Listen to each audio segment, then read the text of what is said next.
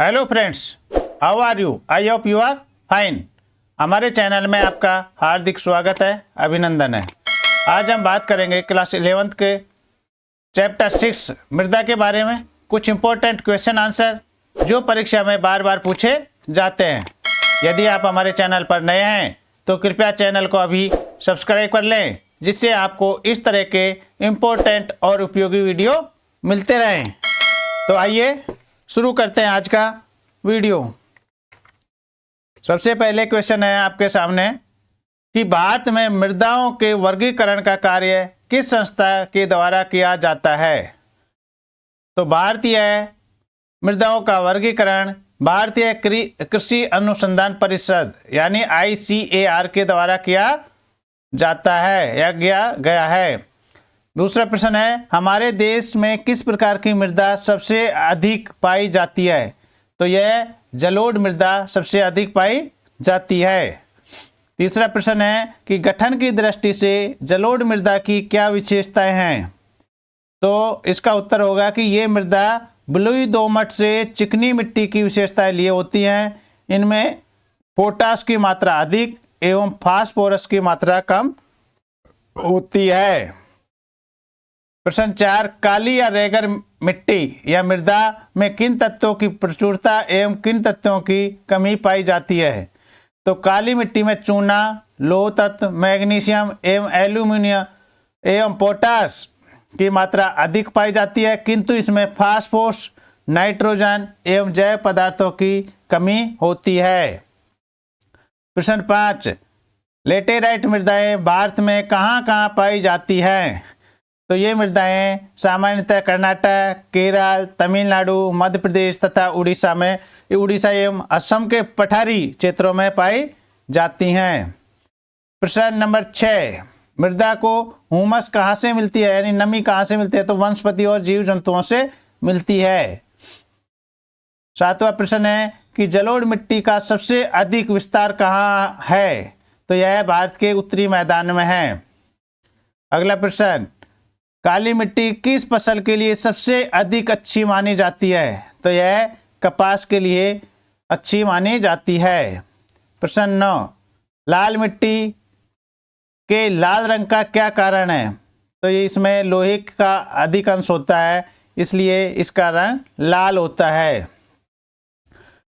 अगला क्वेश्चन कि चंबल के भीड़ किस प्रकार के अपर्दन का परिणाम है? तो यह अवनाली का अपर्दन का परिणाम है। प्रश्न 11, लवण मृदाओं के लवणीय होने के मुख्य कारण क्या हैं? तो यहाँ शुष्क जलवायु एवं खराब अपवा के कारण इस प्रकार की मृदा का निर्माण होता है।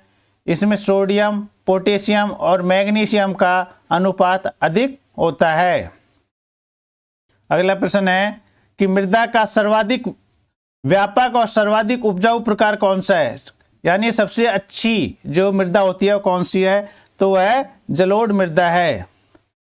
रेगर मृदा का दूसरा नाम क्या है या इसे किस नाम से जाना जाता है? तो यह है काली मृदा। या आपसे पूछा जाए कि काली मृदा और किस नाम से जानी जाएगी, तो आपको बताना है रेगर मृदा। अगला प्रश्न, मृदा निर्माण के प्रमुख उत्तरदायी कारक कौन कौन से हैं?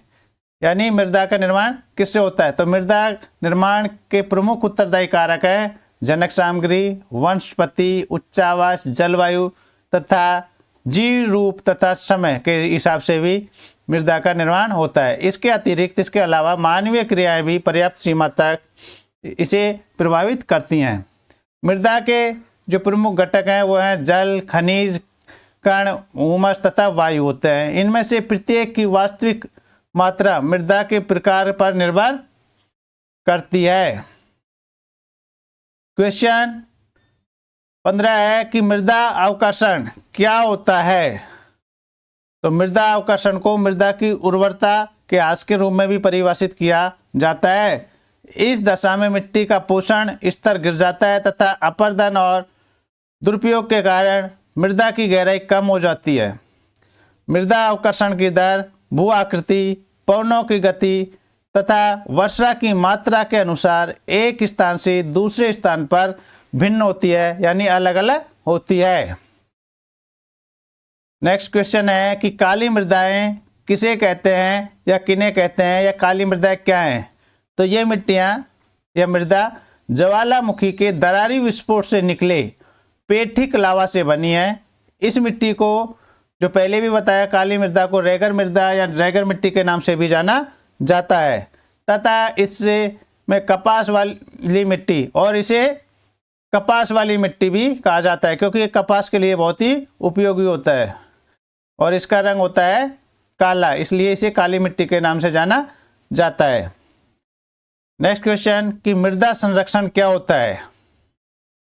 तो यह एक ऐसी विधि है जिसमें मिट्टी की उर्वरता बनाए रखने के लिए मिट्टी के अपरदन तथा क्षय को रोकना होता है और मिट्टी की निम्नीकृत दशाओं को सुधारा जाता है, यानी मृदा के रखरखाव या बचाव को संरक्षण कहते हैं। अगला प्रश्न है कि भारत में मृदा के ऊपरी परत के ह्रास का मुख्य कारण क्या है। तो यह है जल अपरदन, इसका प्रमुख कारण है। जल के द्वारा मिट्टी के कटाव होता है। भारत के सिंचित क्षेत्रों में कृषि योग्य भूमि किस कारण लवणीय हो रही है। तो इसका उत्तर होगा कि अति सिंचाई, मतलब ज़्यादा सिंचाई करने से भी जो कृषि योग्य भूमि है वो लवणीय हो जाती है। नेक्स्ट प्रश्न है कि मृदा क्या है या किसे कहते हैं। तो यह भूतल आवरण का एक ऐसा पदार्थ है जो द्रवीभूत नहीं हुआ है और उसमें जीवन के पोषण की क्षमता होती है, जैसे लेटेराइट मृदा, जलोढ़ मृदा, काली मृदा, या हम दूसरे शब्दों में इसे मृदा सेल, मलबा और जैव सामग्री का मिश्रण भी होता है, पृथ्वी की सतह पर निर्भर होती है। तो इस तरह से आज के 1 नंबर के ये इम्पोर्टेंट क्वेश्चन आंसर आपको पसंद आएंगे और आपके लिए उपयोगी सिद्ध होंगे।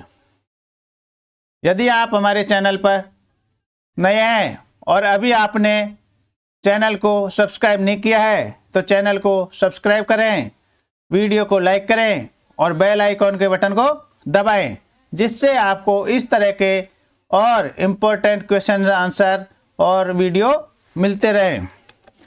मैं आपके उज्जवल भविष्य की कामना करता हूं और आशा करता हूं कि आप परीक्षा में अच्छे अंकों के साथ सफलता प्राप्त करें। Thank you for watching my video. Have a nice day.